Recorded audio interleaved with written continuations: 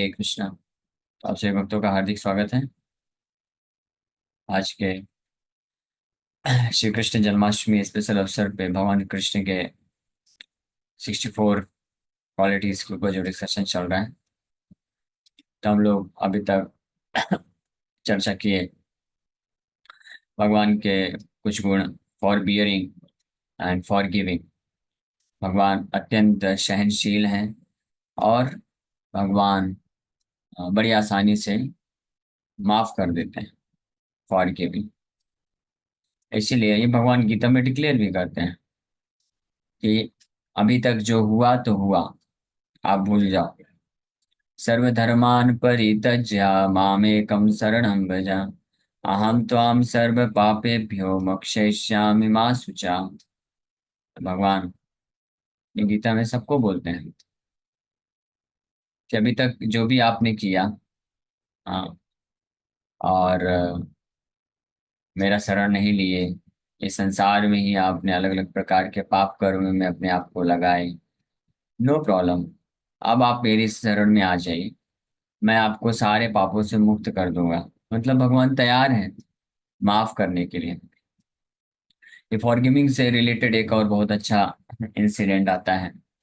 भगवान रामचंद्र को जब रामचंद्र भगवान तैयारी कर लिए कि अभी लंका के में अटैक करेंगे, रावण को जो है वध करेंगे, युद्ध करेंगे। तो फिर भी भगवान रामचंद्र ने मौका दिया था कि लंका में जाने के बाद भी, कि अगर रावण अभी भी आ जाता है और क्षमा मांग लेता है तो मैं उसे माफ कर दूंगा। और विभीषण को भगवान रामचंद्र, जब विभीषण आए थे तो भगवान ने विभीषण को लंकेश घोषित कर दिया। अभी तक लंका पहुंचे नहीं थे, रावण से युद्ध भी नहीं हुआ, लेकिन भगवान ने विभीषण को लंकेश घोषित कर दिया, लंका का राजा बना दिया। फिर बाद में जब ऐसा प्रसंग आया कि किसी ने पूछा कि रावण अगर शरण लेता है तो आप क्या करेंगे, तो रावण को बोले मैं माफ कर दूंगा। तो रावण लंकेश रह जाएगा फिर तो फिर लंकेश तो, लेकिन आपने विभीषण को बना दिया है तो वो फिर झूठा हो जाएगा। तो भगवान बोले विभीषण को मैं अयोध्या का राजा बना दूंगा। तो फिर अयोध्या तो आपने भरत को दे दिया ऑलरेडी, भरत को राजा बना दिए। तो बोले भरत को मैं वैकुंठ का राजा बना दूंगा। तो अगर उस वैकुंठ का भी राजा बना देंगे तो फिर आपके हाथ से तो सब चला जाएगा, फिर आप क्या करेंगे? मैं तीनों का सेवा करूंगा। तो इस प्रकार से भगवान तैयार रहते हैं हमेशा कि अगर कोई उनका शरण में आता है तो कोई कितना भी महान अपराधी हो, पापी हो, भगवान इमीडिएटली एक्सेप्ट करने को तैयार है, इमीडिएटली तुरंत स्वीकार करने के लिए तैयार है। लेकिन समस्या हमारे ऊपर है कि हम जो है भगवान का शरण नहीं ले पाते हैं। ये एक सबसे बड़ी समस्या है। हम अपने ही भौतिक संसार के अलग अलग जो आसक्तियां बना के बैठे हैं उसी के पीछे हम लोग फंस जाते हैं, बारंबार बारंबार हम फंस जाते हैं। अब भगवान जो है हमेशा उसको क्षमा करने के लिए तैयार है, तो इस बात को हम भूल जाते हैं।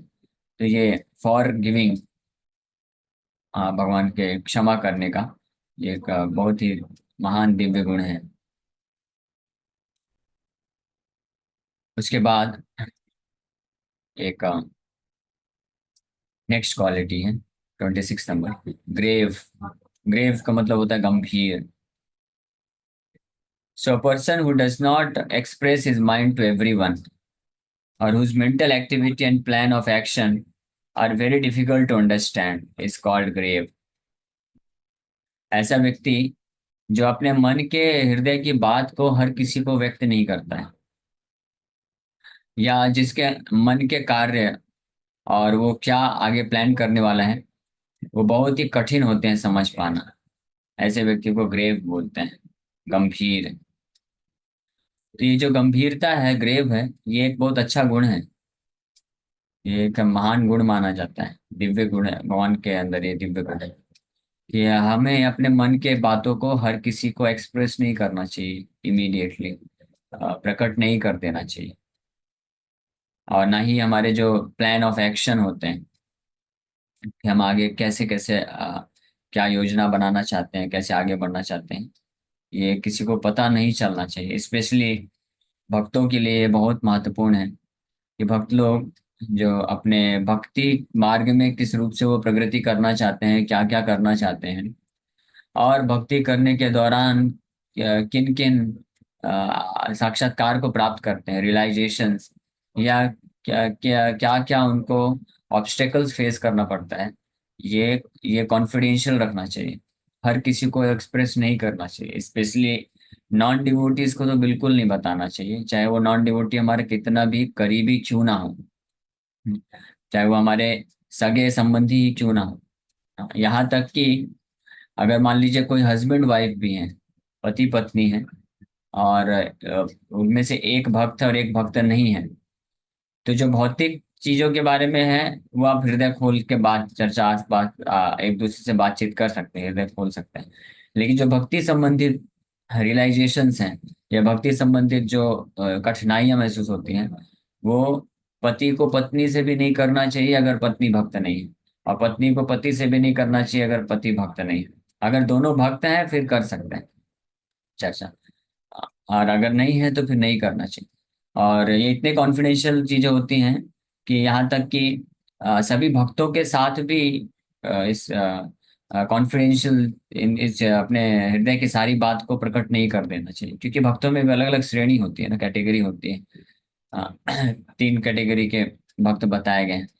तो हमको केवल और केवल अपने हृदय की बात को उनको शेयर करना चाहिए जहाँ पे हम श्योर हैं कि उनके द्वारा हमको कुछ मदद मिल सकती है। हाँ, या एटलीस्ट कम से कम मान लीजिए कुछ मदद नहीं कर सकते तो हमारे लिए प्रार्थना करेंगे और उसको कॉन्फिडेंशियल रखेंगे, अन्यथा बहुत बड़ा हैवॉक क्रिएट हो सकता है। ऐसा कई बार हो जाता है। तो स्पेशली भक्तों को ये ध्यान रखना चाहिए कि जो नॉन डिवोटीज हैं, अभक्त हैं, उनको बिल्कुल भी भक्ति संबंधित अपने हृदय की भावनाओं को व्यक्त नहीं करना चाहिए, वो चाहे कितने भी आपके हृदय के क्लोज क्यों ना हो, क्योंकि अल्टीमेटली वो आपको डिस्करेज ही करने वाले हैं, आपको डिस्करेजमेंट भी मिलने वाला है, क्योंकि वो आपकी भावनाओं को समझेंगे नहीं। द ओनली बेस्ट पर्सनैलिटी, अगर किसी के पास जाकर के अपने हृदय को अगर शेयर करना ही है, तो जो सबसे सर्वोत्तम व्यक्ति हैं वो है भगवान कृष्ण। उनके पास जाकर के अपने हृदय को पूरी तरह से खोल के व्यक्त कर देना चाहिए। अब हम कैसे कर सकते हैं? बहुत सरल है। आप हरे कृष्ण महामंत्र जप करते हैं, Hare Krishna is not different from Krishna, so we were chanting Hare Krishna Krishna Krishna Hare Hare, Hare Ram Ram Ram Hare Hare. और इस प्रकार से जप करते करते कृष्ण को अपने हृदय की पूरी बात शेयर कर देना चाहिए, प्रकट कर देना चाहिए, और फिर उनसे याचना करना चाहिए, प्रार्थना करना चाहिए, आ, जो भी हम डिफिकल्टीज फेस करते हैं उससे बाहर निकलने के लिए। ये सबसे ये मोस्ट प्रैक्टिकल सोल्यूशन है जो हमको निश्चित रूप में फिर हेल्प मिलेगा। सो भगवान के अंदर भी ये ग्रेव ये क्वालिटी है। After lord Shri Krishna had been offended by Brahma, Brahma prayed to him to be excused. But in spite of his offering nice prayers to Krishna, Brahma could not understand whether Krishna was satisfied or still dissatisfied. हाँ, भगवान कृष्ण को प्रार्थना खूब अर्पण की है ब्रह्मा जी, और वो बहुत सुंदर प्रार्थना है। भागवत के 10वें स्कंद के 14वां अध्याय जो है 10.14 चैप्टर, तो वो पूरा अध्याय ब्रह्मा जी की प्रेयर्स हैं, और बहुत सुंदर प्रेयर। यहाँ तक कि वही कृष्ण जो ब्रह्मा जी के प्रेयर्स को सुन करके कोई रिस्पॉन्स ही नहीं दिए, ब्रह्मा जी को पता ही नहीं चला कि कृष्ण मुझे माफ किए कि नहीं किए, संतुष्ट है कि नहीं संतुष्ट है, कुछ समझ में नहीं आया हमको। लेकिन वही कृष्ण जब चैतन्य महाप्रभु के रूप में आते हैं, तो ब्रह्मा जी की इन्हीं प्रेयर्स को, जो ब्रह्मा जी उनको अर्पण किए थे, इसी प्रेयर्स को बेस्ट प्रेयर्स के रूप में एक्सेप्ट करते हैं। स्पेशली उस श्लोकों को, स्थाने स्थिता श्रुतिगताम तनवान मनोभी, कि जो है अपने स्थान में स्थित होकर के जो भी सन्मुखरिताम भवदीय वार्ताम, आपकी वार्ता को सुनते हैं, तो ऐसे बहुत सुंदर श्लोक हो, तो महापुरुष को बहुत अप्रिशिएट किए। लेकिन ब्रह्मा जी को भी पता नहीं चला उस वक्त कि इतने सुंदर प्रार्थनाएं अर्पण किए हैं, कृष्ण संतुष्ट हो चुके थे वास्तव में। ऐसा नहीं कि कृष्ण संतुष्ट नहीं थे, लेकिन कृष्ण अपने मन की बात को प्रकट ही नहीं दिए किए, तो ब्रह्मा जी को पता नहीं चला। तो यहाँ पे ये एक उदाहरण आता है जहाँ पे कृष्ण इतने ग्रेव है, इतने ग्रेव है, इतने गंभीर हैं कि कोई उनके मन की बात को समझ नहीं सकता है, और आगे वो क्या प्लानिंग कर रहे हैं समझ में नहीं सकता कोई। In other words Krishna was so grave that he did not take the prayers of Brahma very seriously. Another instance of Krishna's gravity is found in connection with his loving affairs with Radharani. Krishna was always very silent about his loving affairs with Radharani, so much so that Baladev, Krishna's elder brother and constant companion, could not understand the transformations of Krishna on account of his gravity. सो ये दूसरा instance है। कृष्ण इतने grave है, इतने गंभीर हैं कि भगवान बलराम जो उनके द्वितीय स्वरूप हैं, जो हमेशा उनके साथ रहते हैं, वो भी कृष्ण के अंदर जो ट्रांसफॉर्मेशन आता है श्रीमती राधा रानी के प्रेम के कारण, और वो प्रकट नहीं होने देते हैं, तो उनको भी नहीं पता चल पाता है। जिस प्रकार से गुप्त रखने में कृष्ण बड़े एक्सपर्ट। ऐसे श्री चैतन्य महाप्रभु की एक लीला आती है जिसमें चैतन्य महाप्रभु का ग्रेविटी प्रकट होता है। बहुत गंभीर है श्री चैतन्य महाप्रभु। चैतन्य महाप्रभु महाप्रकाश लीला में सबका उद्धार कर रहे थे, लेकिन मुकुंद का उद्धार नहीं किए। तो भक्त लोग सोचे मुकुंद से महाप्रभु इतने अप्रसन्न क्यों हैं, लेकिन वास्तव में महाप्रभु अप्रसन्न नहीं थे। मुकुंद तो उनके बहुत ही अत्यंत प्रिय पार्षद हैं। मुकुंद के द्वारा भगवान शिक्षा देना चाहते थे कुछ, और मुकुंद के हृदय में जो है भगवान के प्रति और निष्ठा को बढ़ाना चाहते थे।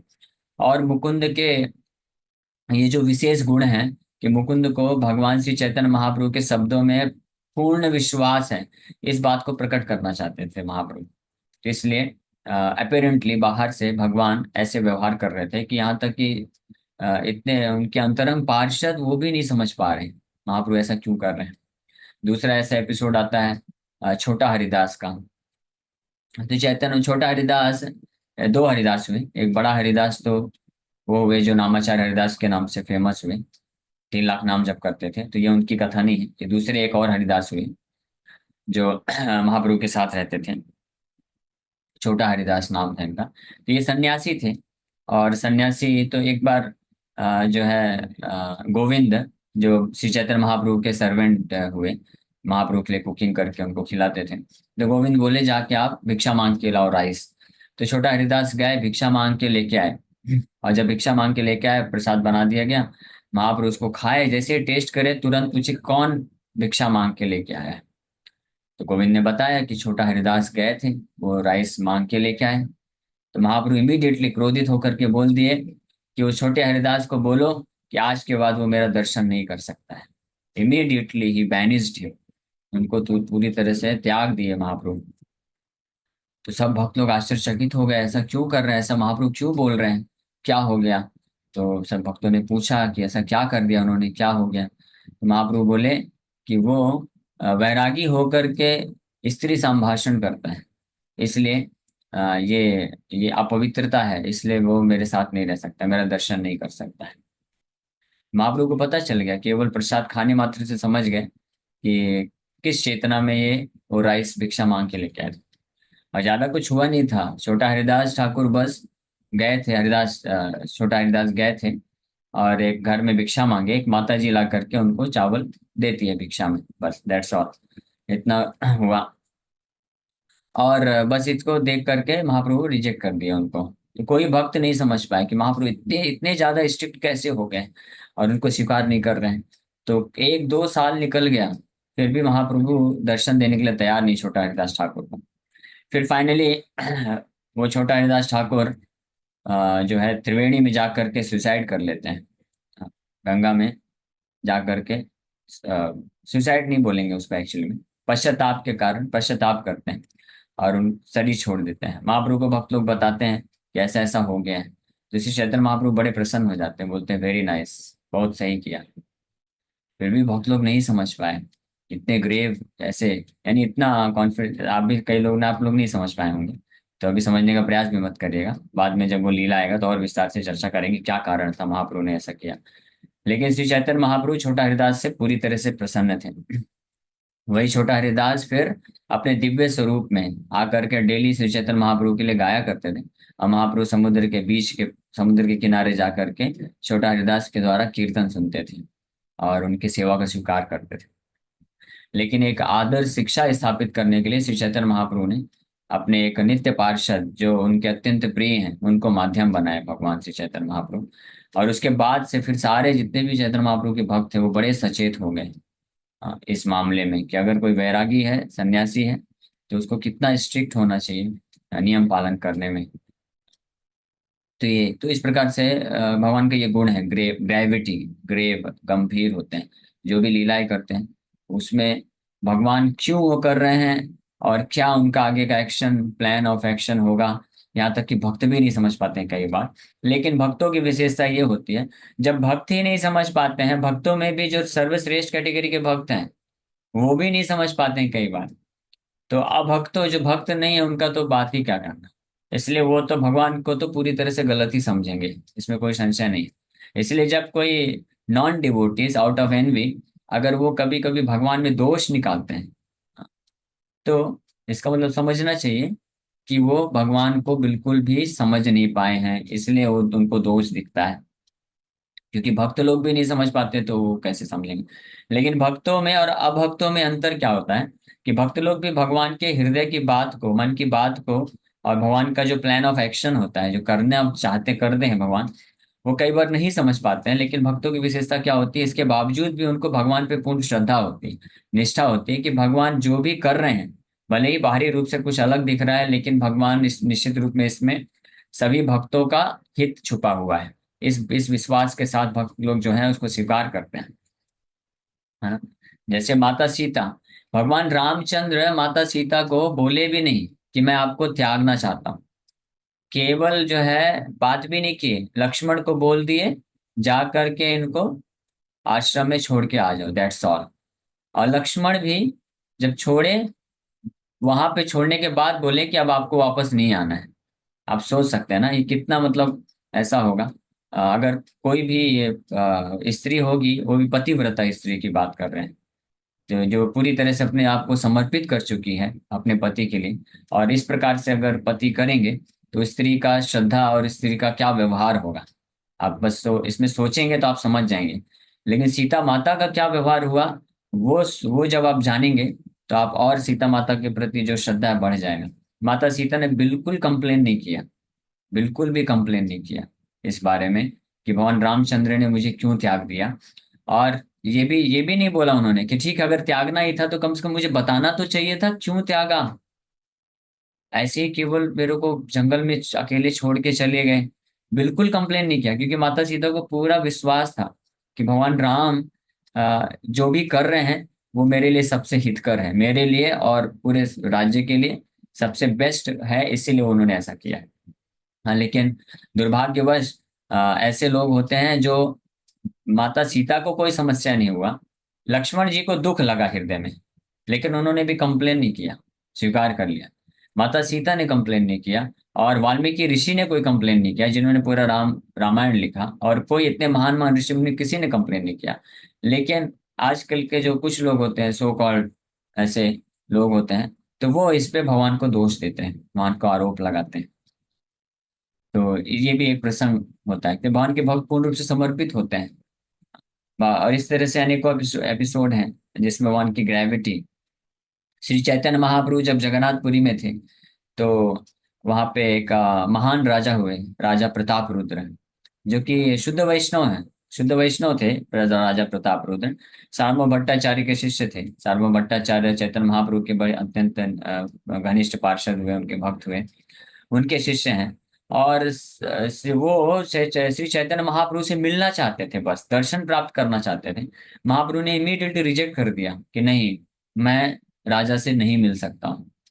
और सब लोगों ने अपील किया, सार्वभौम भट्टाचार्य ने भी रिक्वेस्ट किया, और अन्य वहां पे जितने भी भक्त लोग थे उन्होंने रिक्वेस्ट किया।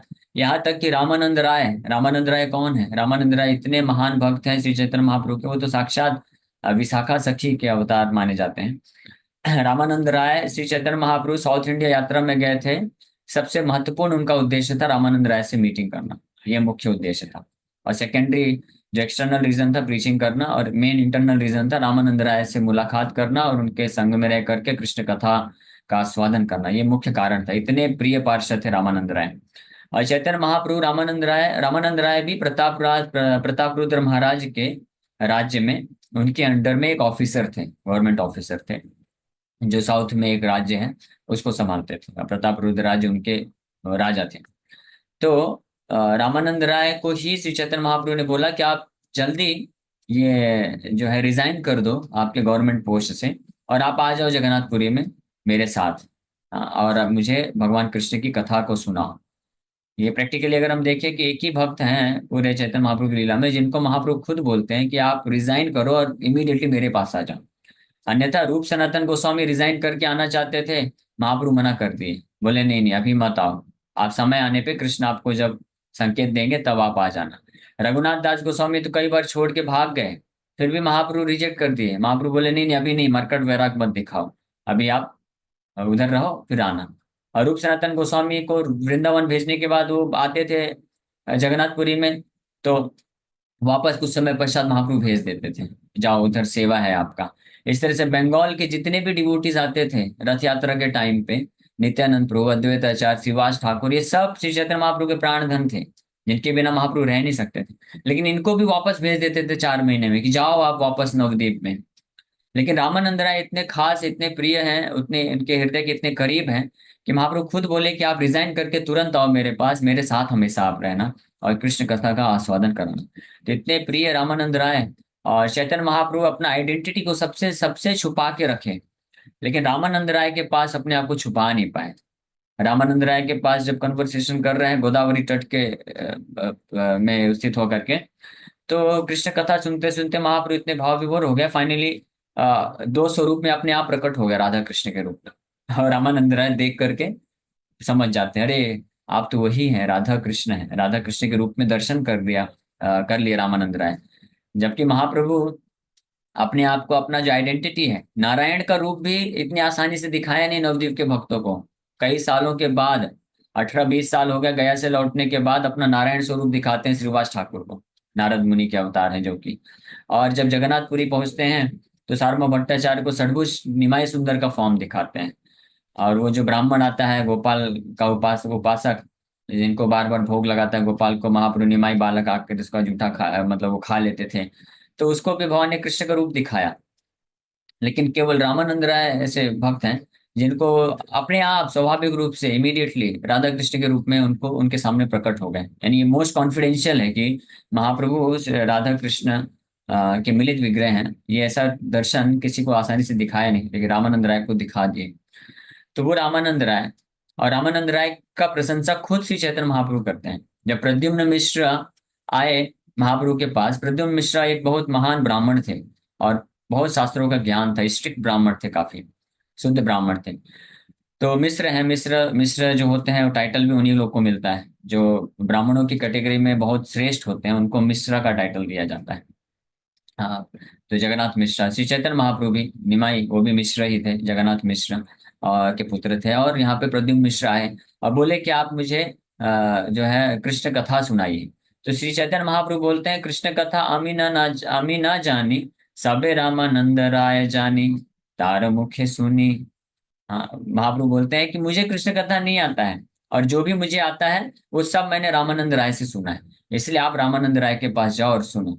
तो श्री चैतन्य महाप्रभु का आदेश पा करके वो जाते हैं जगन्नाथ मंदिर में रामानंद राय से कृष्ण कथा सुनने के लिए। तो जब वहां पे पहुंचे तो देखे कि रामानंद राय तो देवदासियों को स्नान करा रहे हैं, श्रृंगार कर रहे हैं, और उनको ड्रामा सिखा रहे हैं, डांस करना सिखा रहे हैं कि कैसे आपको डांस करना है स्त्रियों को। रामानंद राय ऐसे कर रहे हैं, तो वो प्रद्युम्न मिश्रा विचलित हो गए, बोले ऐसा कैसे हो सकता है कि ये जो है इतना क्लोज एसोसिएशन में आकर के देवदासियों को इस प्रकार से सिखा रहे हैं, तो ये कृष्ण कथा कैसे करेंगे। तो वापस आ गए महाप्रभु के पास, महाप्रभु को ऐसे रिपोर्ट किया। श्री चैतन्य महाप्रभु बोले कि रामानंद राय ऑर्डिनरी सोल नहीं है, is extraordinary, only Ramanand Rai can do this, केवल और केवल रामानंद राय ही कर सकते हैं। और फिर वहां पे चैतन्य महाप्रभु एक आइडियल सन्यासी को कैसा व्यवहार होना चाहिए सिखाते हैं कि मैं तो एक स्त्री का पुतला देख करके मेरे मन और शरीर में विकार आ जाता है, लेकिन रामानंद राय जगन्नाथ जी के सेवा में इतने निमग्न हैं कि उनको कोई इस प्रकार का आभास नहीं होता कि स्त्री है पुरुष है, वो कृष्ण जगन्नाथ की दासी के रूप में देखते हैं और उनको ट्रेनिंग देते हैं। तो इसलिए आप उनके पास जाओ, कृष्ण कथा सुनो। इस फिर दोबारा फिर से जाते हैं, फिर सुनते हैं, सुबह से कृष्ण कथा चालू करते हैं, शाम रात्रि हो जाती है, कंटिन्यूअस रामानंद राय उनको कृष्ण की कथा को गुणगान करते रहते हैं। तो खैर ये मैं ये इसलिए बताया कि वो रामानंद राय भी जब चैतन्य महाप्रभु के आपके पास आकर के अपील करते हैं कि प्रताप रुद्र महाराज बहुत महान भक्त हैं, और जब मैं रिजाइन करके उनके गवर्नमेंट पोस्ट से जब मैं रिजाइन करके आ रहा था, तो उनको जैसे ही पता चला कि मैं श्री चैतन्य महाप्रभु को ज्वाइन करने वाला हूँ, तो उन्होंने कोई विघ्न उत्पन्न नहीं किया, इमीडिएटली मेरा रेजिग्नेशन लेटर स्वीकार कर लिया। और वो भी साथ ही साथ में मुझे बोला कि आपको मेरे गवर्नमेंट पोस्ट में सेवा करने की कोई जरूरत नहीं है, आप चैतन्य महाप्रभु को पूरा सेवा करिए, लेकिन आपका जो सैलरी है मैं पूरा दूंगा, पूरे जीवन तक आपको पूरा सैलरी प्रदान करूंगा। तो इस प्रकार से इतने खुश हुए प्रताप रुद्र महाराज, कि जब उन्होंने सुना कि मैं आपकी सेवा में आने वाला हूँ। इसलिए वो बहुत अच्छे भक्त हैं, वो शुद्ध वैष्णव हैं, भले राजा हैं, तो आप इसलिए आप उनको कृपा करके एक बार दर्शन दे दीजिए। महाप्रभु इमीडिएटली रिजेक्ट कर दिए, स्वीकार नहीं किए। और फिर महाप्रभु के गुरु, ईश्वरपुरी के गुरु भाई, वो परमानंदपुरी भी आते हैं, महाप्रभु को बोलते, रिक्वेस्ट करते हैं आप राजा को एक बार तो दर्शन दे दीजिए। महाप्रभु इतना बोलते हैं कि अब अगली बार किसी ने एक बार भी रिक्वेस्ट किया तो मैं जगन्नाथपुरी छोड़ के चला जाऊंगा। जब ऐसा बोल दिए सारे भक्त लोग डर गए, बोले अब कोई नहीं जाएगा उनके पास ये अपील करने के लिए। तो कोई समझ नहीं पा रहा है कि उनके हृदय में क्या है, क्यों दर्शन नहीं देना चाह रहे हैं। लेकिन ये है ग्रेविटी, ये है गंभीरता। लेकिन बाद में फिर पता चलता सभी भक्तों को कि वास्तव में श्री चैतन्य महाप्रभु का क्या प्लान था। जगन्नाथ रथ यात्रा के टाइम पे वो विशेष कृपा करना चाहते थे प्रताप रुद्र महाराज के ऊपर, और इस एपिसोड के माध्यम से एक बहुत बहुत ही विशेष शिक्षा प्रदान करना चाहते थे महाप्रभु। तो इस प्रकार से भगवान के जो लीलाएं होते हैं, गुण होते हैं, कार्य होते हैं, कई बार इनकंसीवेबल होते हैं, कोई समझ नहीं सकता है, लेकिन जो भक्त लोग होते हैं उसको बड़े श्रद्धा के साथ स्वीकार करते हैं। और ये ही इसी प्रकार का कार्य हमारे जीवन में भी कई बार हो सकता है, होता है कि हम लोग बहुत प्रयास करते हैं, बहुत इच्छा करते हैं कि मैं तो कृष्ण का शुद्ध भक्ति करना चाहता हूँ, फिर भी कृष्ण मेरे लिए कुछ सहायता क्यों नहीं कर रहे हैं, बार बार मुझे भौतिक बंधन में क्यों फंसा देते हैं, बार बार मेरे जीवन में सुख दुख को आते रहते हैं, मैं फंस जाता हूँ, ऐसा क्यों हो रहा है। तो हमको श्रद्धा लूज नहीं करना चाहिए। इसके पीछे कुछ ना कुछ भगवान का योजना होता है, कि भगवान चाहते हैं कि हम अपने तरफ से प्रयास करके भगवान के चरण कमलों में आश्रय प्राप्त करें। अगर भगवान ही सब कुछ कर देंगे तो फिर हम क्या करेंगे, प्रेम कैसे अभिव्यक्त होगा, प्रेम को कैसे विकसित करेंगे। भगवान चाहते हैं तो महाभारत के युद्ध में खुद ही मार सकते थे, भगवान नहीं मारा। लेकिन अर्जुन को भगवान ने प्रेरित किया, भगवान ने अस्त्र शस्त्र नहीं उठाया, लेकिन अर्जुन के माध्यम से निमित्त बनाना चाहते थे अर्जुन को, ताकि अर्जुन का जो सेवा है, भगवान के प्रति प्रेममय सेवा है, वो हो सके। तो इस प्रकार से भक्त जो है भगवान के हर परिस्थिति में भगवान की कृपा को स्वीकार करते हैं, भले उस वक्त समझ ना पाए कि भगवान ऐसा क्यों कर रहे हैं, लेकिन उनको विश्वास होता है। और निश्चित रूप में इस प्रकार से विश्वास रखने वाले भक्त कालांतर में समझ जाते हैं कि ये भगवान की विशेष कृपा है मेरे ऊपर। तो इसी के साथ यहीं पे विराम करेंगे। तो आज हमने भगवान के ये दिव्य गुण, ग्रेव, गंभीरता के ऊपर चर्चा की। Hare Krishna, thank you very much.